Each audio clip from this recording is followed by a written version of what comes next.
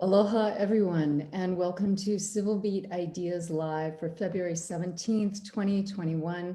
We're happy to have you with us. We're live. Please send any questions and comments that you have through the next hour. We're going to be talking today about food, and food specifically through the lens of the BUX food program, which Jesse Cook wrote an essay for Civil Beat about on January 31st. When Jesse's essay was entitled, How One Local Food Program is Helping Hawaii's Farmers and Families, subtitled, BUX Offers a Model Worth Replicating and Expanding. So we'll drop the link to that essay into our Facebook page, which we're streaming on live at the moment, and you can always find it on our Civil Beat site in the ideas section as well. So we're really happy to have Jesse here with us today. Jesse Cook is here. He's the Vice President of Investments and Analytics at Ulupono. Jesse, thanks for being here. We've also got Kristin Frost Albrecht, who's with us. She's the Executive Director of the Food Basket on Hawaii Island. And we're really happy to have Donna Shapiro with us, who is the General Manager of the Ulu Cooperative, also on Hawaii Island. So we'll be talking, they all come at food from slightly different perspectives, but they're all deeply connected with thinking about food and food policies and food availabilities. And so what we like to do on these shows is have everyone tell us a little bit about themselves and how they came to be involved in the topic that we're discussing. So Kristin, maybe would you start us off by telling us a little bit about your own journey in food and how you came to be the Executive Director of the Food Basket and what you're doing there? So I'm actually from the state of Oregon, and a family situation with a parent had me move here in 2014. I was managing faculty with Oregon State University Cooperative Extension with the Family and Community Health Department, already working in food systems work. And so when I had a chance to work at the Food Basket, I was thrilled because the Food Basket was already diving into some very progressive things for food banks. We are a food bank, but we've been pioneering double up food bucks programs and fresh produce programs since 2014. And it's been an exciting journey for us. Our first federal grant for what we call our BUX, Double Up Food Bucks program, was in 2017, and it was for Hawaii Island only. So it was $500,000 in federal funds and then another $500,000 in-kind funds. And we partnered with our local grocery store chain, KTA Superstores, and offered this at point of sale. And so that's kind of the start for our BUX journey, doing this with the supermarkets and then also farm stands and CSAs, as well as farmers markets. So, and I'll talk a little bit more about that later, but that's where we started. Okay, all right, thanks. Donna, how about the Ulu Co-op? How did you come to be the general manager of that? And can you tell us a little bit about what it is? Sure. So the Ulu Co-op was founded in summer 2016 by 9 farmers on Hawaii Island, all of whom were growing ulu to various extents and shared a common vision for ulu playing a more central role in Hawaii's food system again. And we've grown very quickly, I guess, over the last 4.5 years. We now have 100 members on 2 islands. And the Food Basket actually played an instrumental role in the early development of the Hawaii Ulu Cooperative. And I have to give a shout out to Ann Young, the then director of the Food Basket, who had a very progressive vision for the food bank's role in the food system, which Kristin has just completely expanded and built upon. And so what she said about the Food Basket being an amazingly progressive food bank is so true. And I can't just express my appreciation for what they do and the way that they approach ending hunger in Hawaii. It really is systems change. In the early days of the co-op, they gave us space in their freezer because we didn't have any infrastructure, and we were processing ulu, minimally processing it, which we still do by steaming and freezing just to make it accessible year round. And that means you need a freezer. And for an early startup farmer co-op, you know, that's an expensive investment. They gave us a couple spaces, a couple pallet spaces, and then they, you know, provided an outlet, a market outlet through the BUX program, a different program that's related and has a very similar name to BUX. And really, I think that they also helped us get into KTA, the supermarket chain on the Big Island that Kristin mentioned, which was sort of the founding partner of the BUX. And at this point in time, KTA is probably our strongest retail partner for our minimally processed frozen bags of ulu, and the only retailer in the state that includes ulu in the BUX program. And I'm sure that's something that we'll come back to later in the show, just sort of more of the processes and existing you know, hurdles and areas to work on within the BUX program. So that's sort of how we got here. Okay, that's great. Jesse, how did you come to be at Ulupono, and how does Ulupono fit into this picture? Ulupono is an impact investor, and our three main sectors where we want to influence change is local food production for local consumption. We want to increase local food production. We want to increase renewable energy use. And then in the transportation sector, we want to decrease fossil fuel use. So my focus area is agriculture. When we first learned about the SNAP Double Up program, I believe it was Daniela Kittinger from Appleseed, and then Kristin, who also was there, just telling us about the program, saying, hey, this is a way we can get federal dollars, a large federal grant that would all go to local food production. Mm-hmm. And for us, it made a ton of sense because you don't want to turn down federal money. And I think there's been a lot of instances where the state has really not gone after federal money that's out there, and we definitely should. And this program is great because it helps out the folks who are most in need. These are SNAP beneficiaries that are struggling, especially in the economy we have now. It helps out the farmers who lost all their markets. When it comes to hotels and restaurants, they're still shut down. They're still having a hard time. So that money helps those folks out. And then it also keeps money in the community. That money isn't going to the pockets of large mainland food producers that are importing food here, that we import food from, but it's actually going to stay in the economy with local farmers. So for us, the program made a ton of sense, and growing that program also has long-term benefits that we see.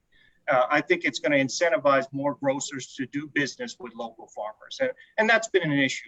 If you think about, there's 7,300 farmers in Hawaii, a tiny fraction do business with local grocers. This program incentivizes those grocers because you can get that free federal dollars. It doubles the purchasing power for shoppers. So grocers get attracted by that money coming in.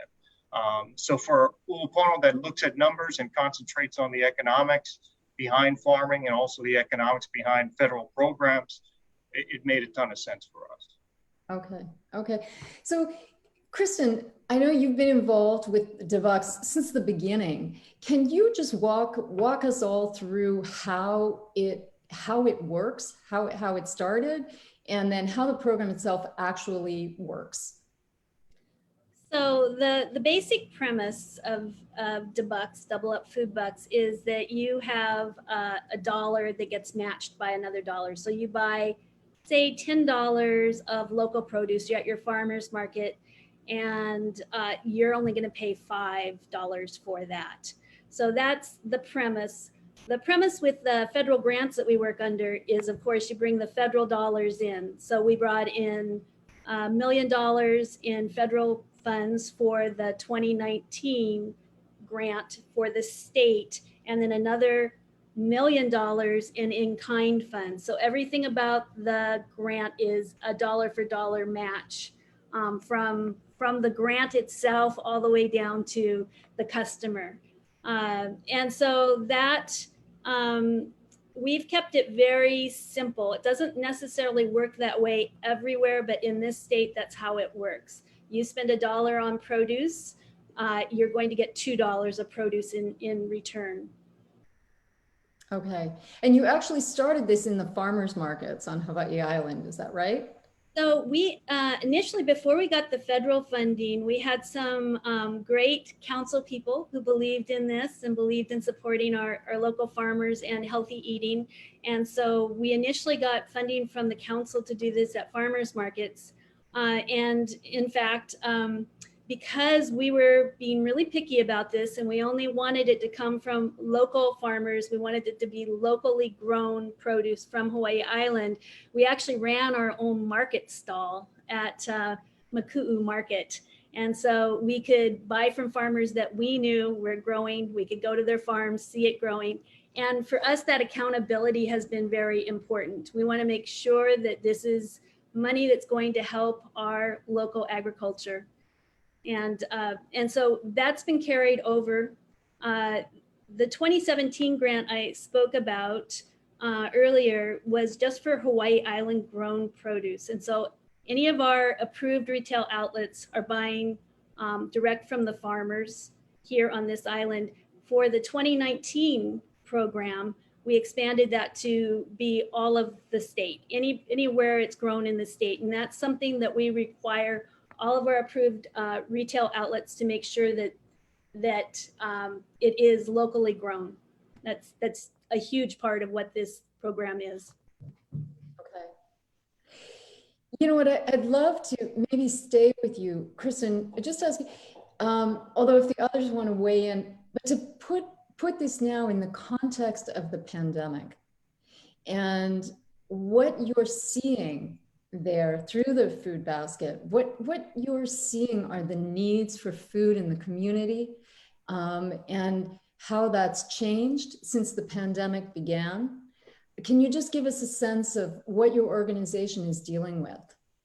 Sure. So probably the biggest factor for us is this time last year, we were serving about 14,000 people a month. And then this year at this time, we're serving about 80,000 people a month. That's what the pandemic has done. We have incredibly high unemployment. We've had to pivot everything that we do. And in its own weird way, this has been an exciting time for the local food scene. At least from our perspective, it's been very hard on our farmers, on our ranchers and our fishermen. But when we first started trying to source that much food, we've never really bought food before. We get the food is either donated or it comes in through a grant. But suddenly the food chain, it was gone. We weren't getting anything here. And so we were fortunate enough to have a lot of these great relationships in place that we were, for instance, be able to source, I'm trying to remember how many thousands of pounds, Donna, from the Ulu Co-op. And this was because we couldn't buy rice. So we decided to replace what we would normally give out in our distributions with ulu. It was steamed frozen ulu, and people were great. The Ulu Co-op provided us with some really excellent recipes that people got very excited about. And we were distributing all of this through drive-throughs. So this is a very personal, face-to-face, huggy business. And all of a sudden, we're all masked, we're all 6 feet apart. We're driving through, people are driving through, we're having very little interaction. But I can tell you that when people would get a bag of produce or a bag of steam frozen ulu or double D's ground beef, you can just see everybody light up. It's exciting to be able to provide such quality food that's locally produced through a food bank. And I think that's been sort of a remarkable journey for us. As we've continued throughout this year, and it is almost a year, it's so hard to believe, we have for every distribution we do a fresh bag of produce that we've sourced from here on this island. And we also do fresh protein. So, and all of our non-perishables, which are something that we do give out in boxes, we source those from our local distributors or grocery stores. Okay. Donna, can you weigh in here from the producer's perspective of what the last year has been like for you? And I mean, the co-op, as you said, I mean, it kind of started in 2016, so it's relatively new. It's been growing really quickly. Then suddenly you're in the midst of the pandemic, and what you were doing before the pandemic and how you've changed since. Sure. Well, before the pandemic, we were about 95% reliant on food service as our market. So that included local schools, hospitals, a couple prisons, and various restaurants and hotels. About half of our sales actually went to DOE, and we supplied all 256 public schools statewide. Ulu was on the school lunch menu. It was a huge, accomplishment that we had worked really hard to help them develop recipes and just develop really the economy of scale and a packaged product that could be distributed, sort of in mass. And that abruptly ended in mid-March. We, in retrospect, feel kind of foolish, but we were really caught off guard, as I think a lot of food producers were, when sales just stopped, and shortly after everything went into lockdown. And we were really saved over the last, 9 months by these community food distribution programs. And we've just tried to collaborate with all the various agencies doing community feeding. And as a result, our sales in 2020 actually were larger than they were in the previous year. So that's, a positive, and it was great for our farmers, of course. But it was temporary. And I think that in terms of that particular market, being such a strong pull for local farmers, but I think that there's a long-term benefit in getting these local starches in particular into more people's mouths. Pairing the distributions with recipes, which we did really throughout, so that they have a way to use it, and we are at least overcoming that barrier if it exists for the consumer. And we've heard reports from lots of, families that they had never eaten ulu before, and now they're, eat it whenever they can, and they've learned that you can make French fries out of it or hash. We also invested a lot in developing e-commerce capabilities with our frozen starches, which is a bit unusual. You don't often buy frozen starches online. So we're trying to make that into a thing. So, it's not huge, but given that we started from absolutely zero, we didn't even have a functional online store. And now, we get orders every day. So that's been a really big shift for us. As we look toward the future, we're working to continue diversifying our market. We recognize now just the risk of having all your eggs in even one market segment, much less like 50% essentially going to one customer. So we're trying to diversify more into grocery stores, which, as Jesse mentioned, is really hard for local farmers. Just all of the, not just regulatory, but the logistical process of getting local products into grocery stores, and every store is a different beast with regard to who you have to work with and what distributor they work with. And then also manufacturers. That's another sort of target market for us that we would like to expand into moving forward, is partnering, in a sense, being vertically integrated, but not us having to do all of the verticals. So finding, other manufacturers, and a great example of that is Punahele Provisions, the baby food company. They use almost all of our various products that we've developed in their baby food in one way or another. And there's more and more manufacturers that I think are interested in using, either ulu or other Hawaii grown products in their end product. So that's sort of been our journey. I want to ask Jesse a question, but can I just ask a quick follow on, Donna, just to give the viewers an idea? How many pounds of ulu, roughly, are we, like last year, just so we have a sense of the numbers, how many pounds of ulu did you process last year? We're currently at about 100,000 pounds a year of ulu. So that's up from about 18,000 pounds in our first 12 months of operation. So about 5 times the size that we were 4 years ago. But over the next 5 years, we're expecting another 5-fold increase based on just the trees in the ground, not talking about new plantings or intended plantings. You know, ulu takes about 5 years to mature. So trees that were planted 4 or 5 years ago are just going to have their first harvest this coming season. And our farmers collectively have 5,200 trees in the ground. Less than 1,000 of them are bearing fruit yet. So Hawaii's ulu industry is just at the beginning of, you know, what we hope will be a really successful and fruitful path for the whole state. Yeah, that's incredibly exciting. Okay, so Jesse, here's a question that's come in from David, and I'd love it if you could take this one. David's asking, what are you going to do to get funded beyond June 30th when the current funding ends? Well, I think this is going to be a process with a bunch of folks. Like Kristin's going to go out to funders that she knows. I'm going to go out to funders that, you know, we have contact with, that Ulupono has contact with. We have other partners that have funded this program before. You know, we're looking for a good bit of money and funding right now. I think we're at 2.5 million. Whether we get there or not, I don't know, but we're certainly going to make an attempt to. I think we'll get a good amount of money with the type of support we've had in the past. So we do have a plan to go out to funders and seek this money out. So I think we'll get close to it, but I don't know about that full amount. Okay. This is another question, Jesse, for you. This one comes in from James, and he's thinking about energy.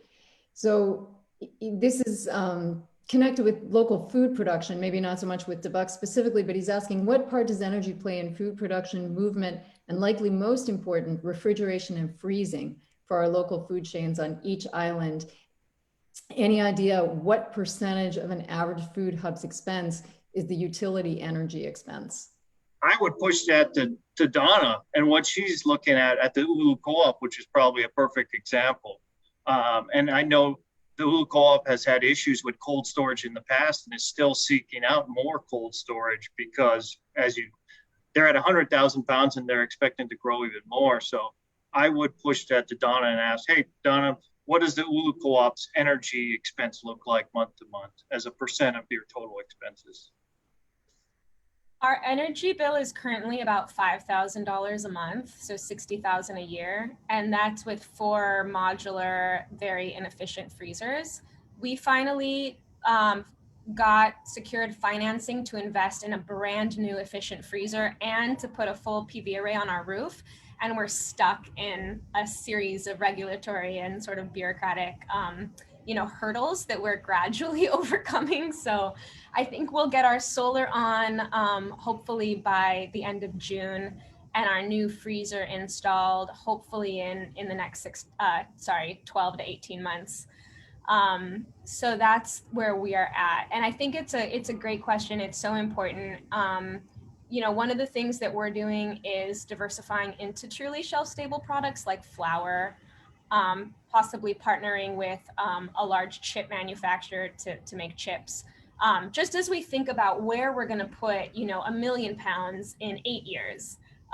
You can build a huge freezer, but our warehouse is only 5,200 square feet. So we would need to convert the whole thing to a freezer to be able to, fit everything in there down the road. So I think it's a mix for us of looking at renewable options, which is then a financing and a regulatory process. And at the same time, how do we diversify our end product mix so that it doesn't all require cold storage? Mm-hmm. I mean, cold storage is one of the areas, it's a big hole in the supply chain for a lot of folks. And it prevents a lot of small farmers from taking that next step. It makes small farmers have to work with aggregators that have cold storage ability. So it's very important, and it is one of the supply chain holes, one of the many supply chain holes we have here in Hawaii. We have the highest electric costs in the nation, and farming, a lot of farming depends on electricity costs, especially when you get into high-tech farming like greenhouse hydroponics. and other modern forms of farming, electricity takes on a bigger and bigger role. There have been some legislative bills in the works about reducing the ag rate for the electricity rate for ag producers. I don't know how successful that's been, but electricity is definitely one of the problems. I wouldn't say it's a top 3 problem, but it's one of the problems that farmers have to deal with. Mm-hmm. Looking at farming and local production, it's great to hear about what's happening with Ulu as a component of the BUX. I know that the main supermarkets that use the BUX are Time supermarkets and KTA. Can you tell us what are the most popular items that are bought through the BUX? What are people really using the Double Up program to purchase for themselves? Well, I think it really depends on the market and its location. I do know that bananas are a big seller, avocados, poi. When poi is available, both stores offer it as part of the BUX. And those seasonal produce items that come through, there's quite the array of what's available, though. I want to say that we've got at least 30 to 35 on the list of seasonal products that come on. And so again, dependent on the store. When things are in season though, they fly. I mean, it's great to see what people love to eat. I think it's tough to know the products without giving up some confidential information for the grocers. But I can tell you that, in January of 2020, there was about 10,000 to 11,000 in SNAP Double Up incentives spent. And then, fast forward to October 2020, and there was $164,000 in a single month spent on SNAP Double Up. So it's a growing program. And when it gets more accessibility through more vendors, that program will grow. So we're actively trying to seek funding, but you need funding before you can onboard a vendor. If you don't have funding, then the vendor doesn't profit at all. So we need more funding, and then with that, seek more vendors and expand this program and help out even. Yeah. So in terms of funding, what's happening with the legislature? Are they involved? The governor did provide $500,000 in CARES stimulus to the program in 2020. I think what we run into now this year is just the overall budget problem we're going to have as whole. So I think, anything that's asking for money is going to have a tough time getting through the ledge. I think we're all hoping that there's going to be another federal CARES Pact, whatever they're going to call it, and then we'll get the governor's office or the state or a county look at this program and set aside that CARES money, federal money for the. Yeah, I just want to offer that was one thing that was really helpful for the BUX in this past year, was that we did get $500,000 that came out of the stimulus funds that was then matched by philanthropy, which was amazing, and gave us an amazing breadth of ways to help our local consumers as well as the local producers. We did expand that to local protein for that funding. And so that was locally ground beef, locally produced eggs, and fish and seafood that was locally caught. That's great. I guess one question that I have is that I know that the Double Up Food BUX program started on the mainland. And do you know anything about how the funding has worked in other states? So we're the implementer, the food basket with the Hawaii Good Food Alliance. And one of the things we've really counted on is the experience of third parties. So early on, we partnered with the Fair Food Network, who's credited with beginning the program 10 years ago. in Michigan. They're a nationwide organization now that helps, and we've received a lot of help from them. But we also look to New Mexico for our statewide program, which has lots of similarities to Hawaii. And they also had a Department of Ag that was willing to be the administrator of any funding that came from the state.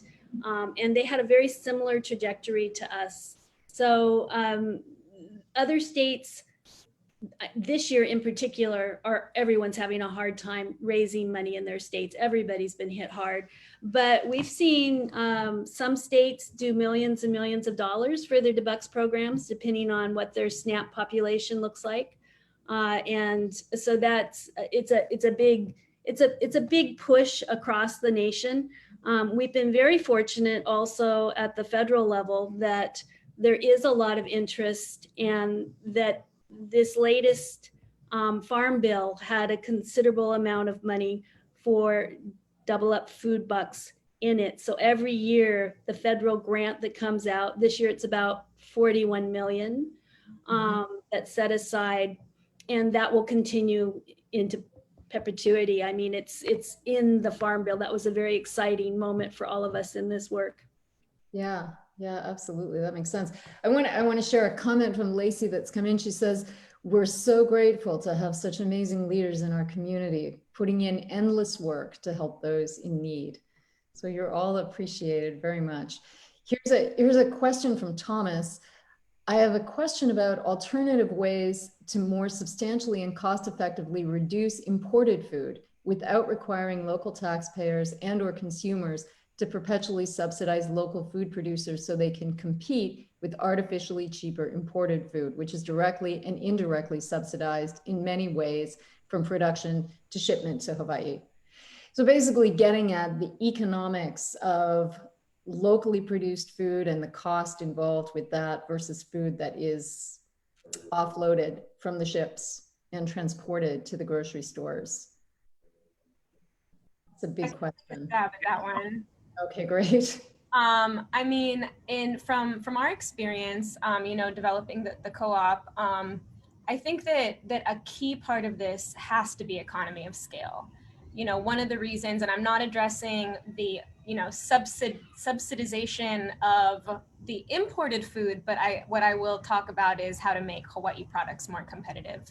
And one of the things that I think will keep us expensive forever is our scale. We're so small. We tend to just have really small operations, and that is never going to be as efficient as larger operations. And I'm not talking about the negative parts of industrialization. I think that there's lots of great models of how to scale in a Pono way, in a way that can be sustainable and treats workers right and animals right and the community right. And through the co-op model, that's sort of our solution to this, is using the cooperative framework to create scale while staying rooted in community and having a democratic governance structure that is ultimately grounded in the farming community, and the benefits of that go back to the farmers. The co-op model is not the only way to do that, but I do think that that's probably going to be the most effective way of making Hawaii products more competitive, is finding these ways that we can scale locally to feed ourselves and then to export the excess. I think, another way, and it does deal with scale, because scale gives you consistency and volume, and that's what you need to work with large grocers and large customers. Because those folks, you can't tell them you're going to provide 1,000 pounds of tomatoes in a week and then say, hey, it rained too much, our tomato crop has been destroyed, you're going to get no tomatoes. That's just not going to fly.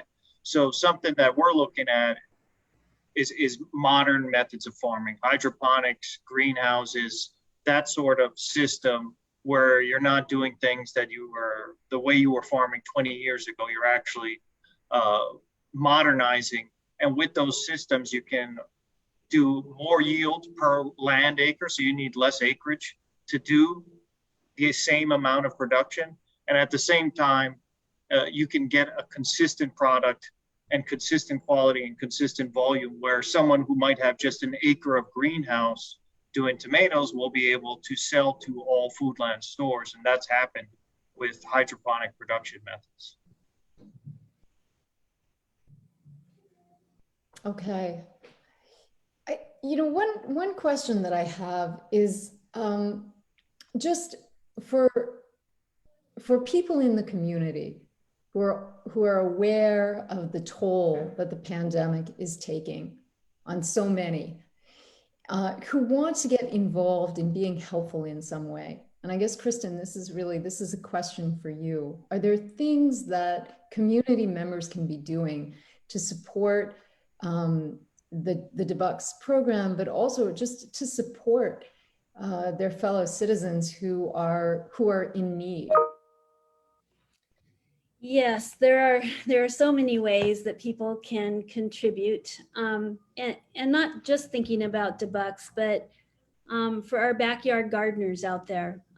We have been really blessed, is all I can say, with the number of donations we're getting from harvested backyards. I mean, it's so great in people's gardens. We really count on that. It's a great way to help, maybe if you don't have a lot of money. It also helps build food security. I encourage anybody out there, if they're thinking about it, to plant a tree, an ulu tree. Early on in my time here in Hawaii, somebody told me, plant an ulu tree and you will be able to feed your family of 4 for the next 50 years. I mean, what a cool thing that is. So there are those things. I am a big proponent of small farms, and small farms can be anything from, you know, a quarter of an acre or somebody's, you know, lanai with lots of pots on it. But I think that is a kind of a secret weapon that Hawaii has. We have the ability to grow year round. And so that gives people the opportunity to contribute to their communities and those in need also year round. We also have, again, outside of BUX, but a gleaning program here on Hawaii Island that comes under our umbrella called Kokua Harvest, which is a program where you can sign up online to be either somebody who has property with trees or some other crop to harvest, or you can sign up to volunteer to go out and have a glean to go ahead and harvest that product. And that product then goes out to the emergency food system. We've had thousands and thousands of pounds come in through that. And I know there's other gleaning organizations around the state. That would be a great thing to get involved in if you just want to really help. Maybe everybody's seen, it's citrus season, right? Everybody's seen the citrus trees where all the fruit is on the ground, or they're just loaded and you just wonder if somebody's going to take care of them. I will guarantee you, if you get them to your food bank or your pantry, people are going to love it and they're going to fly out the door. We get loads every day, and at the end of the day, it's all gone. So those are some ways. Donna touched on something. Also, I have, I think, food literacy, understanding the food that grows here.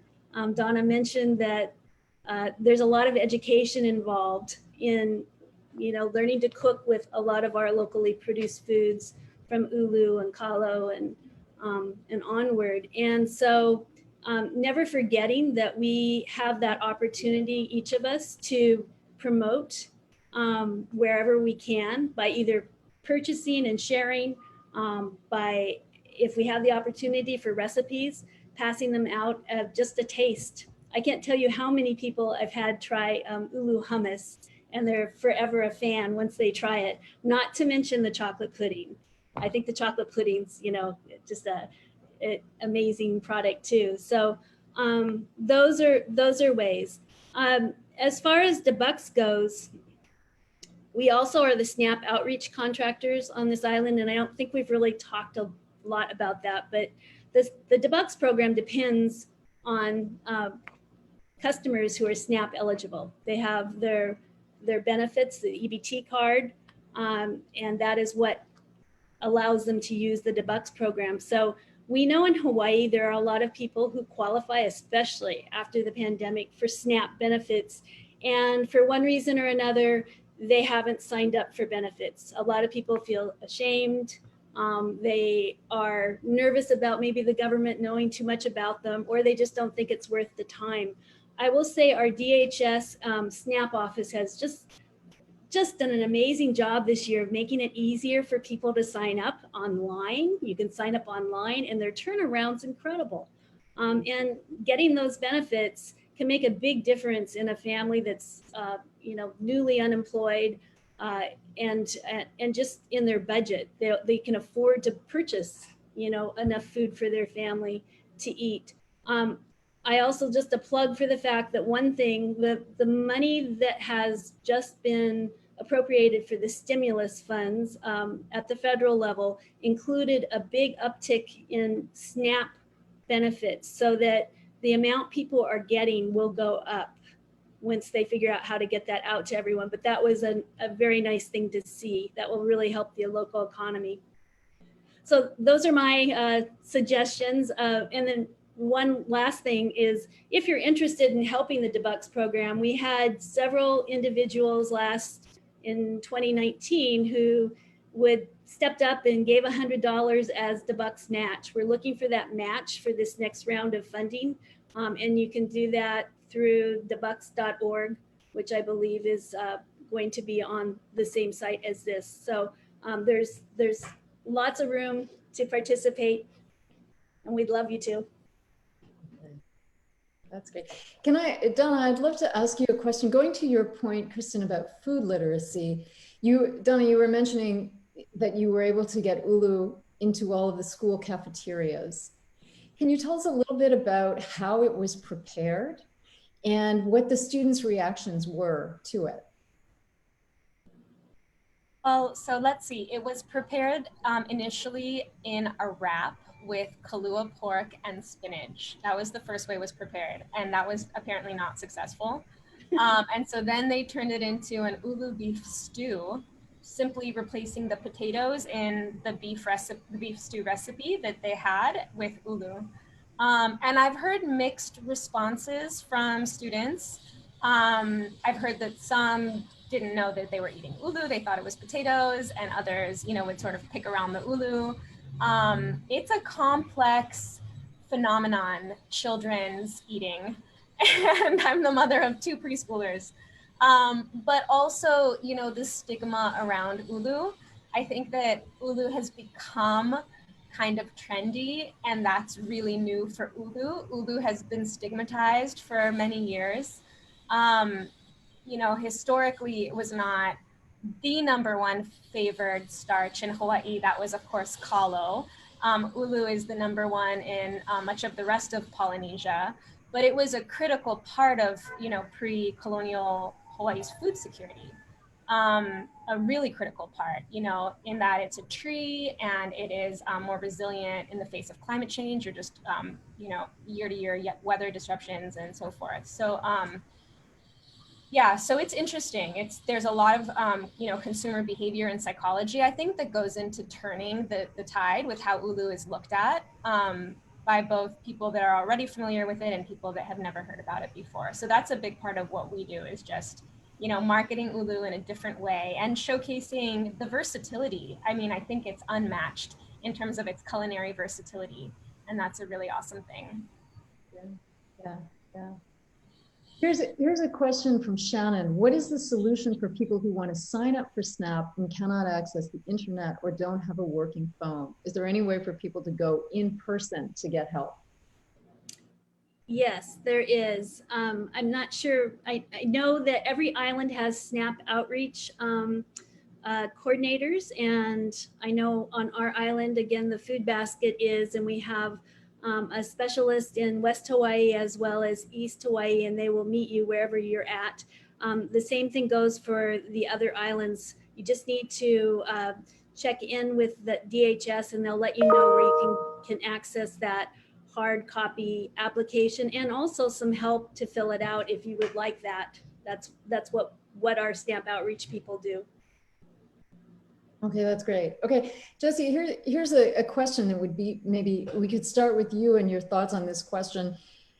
In addition to more upfront support for food hubs and community kitchens, what do the panelists think could be done to better support, increase, and scale up various types of community-supported agricultures where consumers contract directly with farmers in advance? Well, the programs we've done is we've helped out FarmLink, and right in the beginning of really their operation. They were renting a vehicle, a refrigerated vehicle, and it was costing them a lot. So we provided a grant and a very, very low interest loan for them to buy their own vehicle so they could. We also helped out Oahu Fresh, where we just did another grant. We provided them grant money to do a feasibility analysis about what they can do with their food hub, what type of revenue streams they can gather.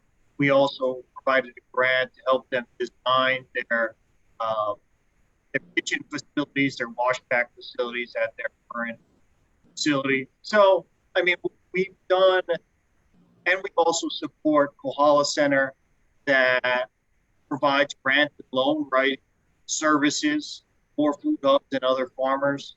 So we've really helped out by maybe capacity building, allowing them to better serve and have a better business model. For me, when I think about food hubs, you know, you've got to think about the economics of agriculture in Hawaii. And 13% of the farmers are responsible for more than 90% of production. So, you know, when it comes to support, where can you support and where is it going to move the dial most? So it's a constant struggle for Blue Pono to figure out, hey, how much support do we give to small farmers, and there's many of them, and how much support do we lend to larger farmers? And I think, you know, a lot of folks right now, there's a lot of folks who believe small farming is the answer, and the economics of it really argue on the other side. So it's tough to really focus on small farmers when it's such a small part of the production here. And that's a little controversial, but at the same time, we do support small farmers when we can, and there's been a lot of programs. So I think we're starting to focus more on how to move the dial in food production, and that's. Donna or Kristin, either of you have any thoughts that you want to add to that about how to promote the direct relationship between the food producer and the farmer and the consumer? I can speak to community-supported agriculture or farm box programs. I know here at the Food Basket, we feel strongly about supporting new and beginning farmers or small farmers, in that we understand a lot of times when somebody has either transitioned from a different career into maybe farming, or they're new at this, that they need to have assistance. It's hard sometimes to know what to sell your product for, how to package it. Maybe you're really a small scale grower and you only have, 100 lemons, and the person you're selling to or a grocery store won't look at you typically if that's all you have. So we've seen that the CSAs across the state have grown tremendously, as has ours. That people are literally hungry to interact directly with their farmers. And I think it's a wonderful way for small farmers to showcase what they're growing. For instance, we will buy from a number of different farmers, maybe just one particular product because they're small and we can stitch it all together. We have a CSA that vacillates between 500 to 600 members a week. So it's a fairly sizable CSA, but I know that developing that relationship, it gives energy to the farmers, and I know our customers love it. They can share tips about the farms, and everybody knows it's really hard work, but what gets produced is so appreciated, I think, through the CSAs. I don't know, Donna, maybe you've seen that as well with the community-supported agriculture programs. I've definitely seen a proliferation of them as a result of the pandemic, and the ones that were around pre-pandemic have grown sizably. I think across the board. You know, I'm not as familiar with the situation on Oahu, on the Big Island, because we are rural and less populous. I don't know that further proliferation of CSAs is necessarily the most important thing. I think that the farmers working together, most of our CSAs are several farms. They're not just one farm. So the BUX and adaptations and Paina up in Waimea, and there's, you know, a variety of them. And I think that's certainly something to emulate, and it doesn't necessarily have to, the deliverable doesn't have to be a CSA, right? There's lots of different things that farmers can do when they work together, whether that's a value added product or a CSA or just a delivery, you know, sharing the cost of delivery and cold storage, simple things. And that's definitely something that I hope we continue to see more of. It's definitely something that's happened as a result of the pandemics, is farmers coming together, getting creative, in some points being facilitated through that process through a nonprofit. Well, and you yourself, right, with the co-op and that model, right? You said you have about 100 farmers now involved. Yeah, we are a kind of food hub, for sure. Okay. Here's a comment from David. Mahalo to you for a great program, and another from Shannon. Thank you all for this talk and the work you're doing. Mahalo. A question from Thomas: how feasible is it to replicate nonprofit models such as Ma'o Farms elsewhere in the state?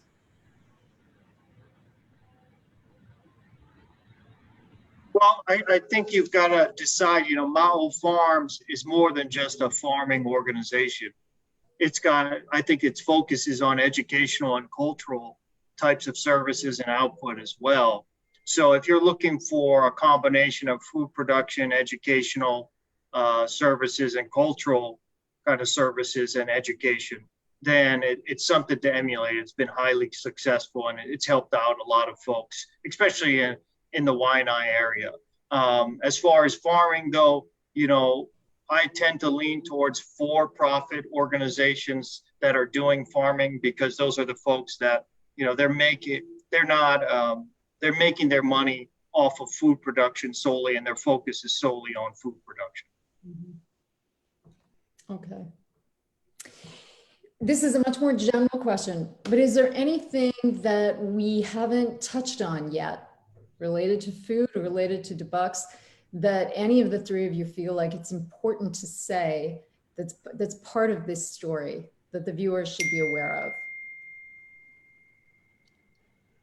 I can just reach out and say, I think that food security is really possible in this state. That's kind of, I'm an optimist, but the food basket, and given the amount of people we're serving, what was one of the biggest surprises to me was we didn't have trouble accessing food as long as we had money. And I think that there is a lot of food available, and maybe that was because we didn't have the tourism happening, but there was something very comforting about that. And it gave me a lot of hope that the work that we are doing in terms of food security and with our food systems, it's working, it's growing. So that's my very optimistic, put it out there. That is great to hear. Probably something else, a story that should be known is, you know, at the beginning of the pandemic, from March all the way through August, the local farmers really stepped up to replace what we weren't getting as far as imported canned goods and long shelf life goods. And what happened was, you know, grocers started buying up canned goods because people were hoarding. And those canned goods, usually the grocers would donate to the food banks.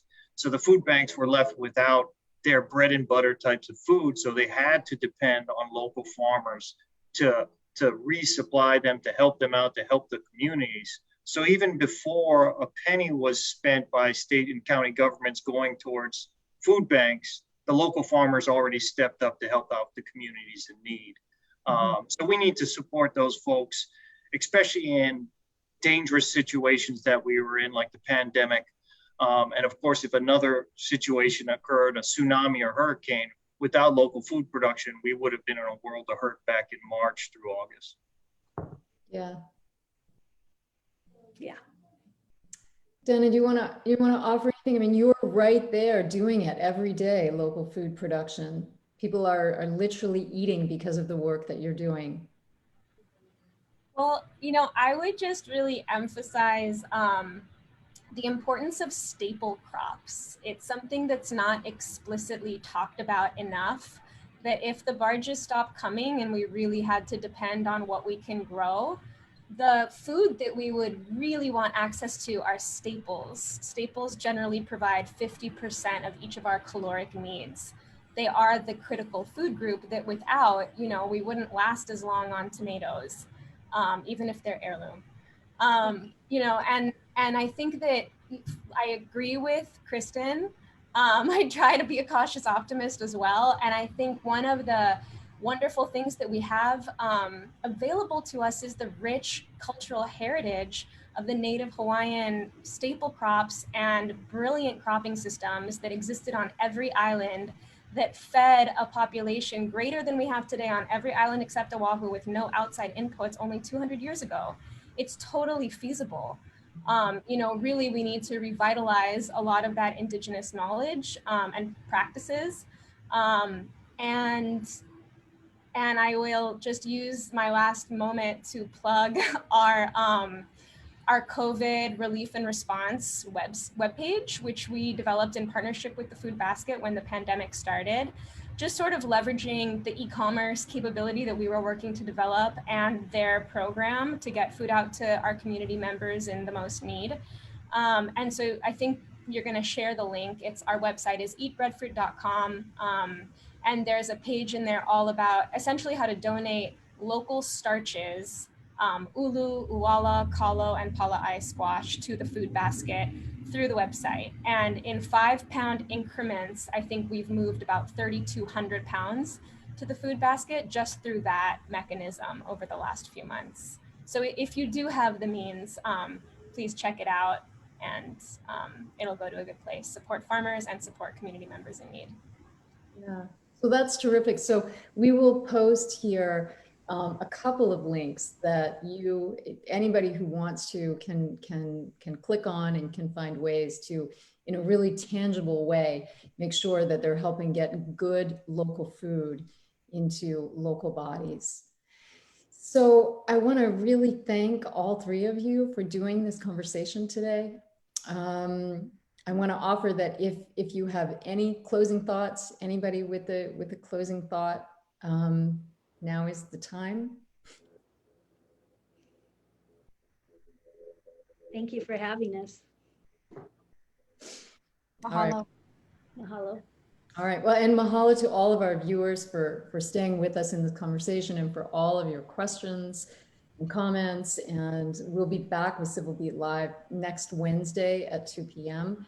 And again, this show will be up both on our Civil Beat site and on our Facebook Live show. So if you want to share it with others, the link will be there.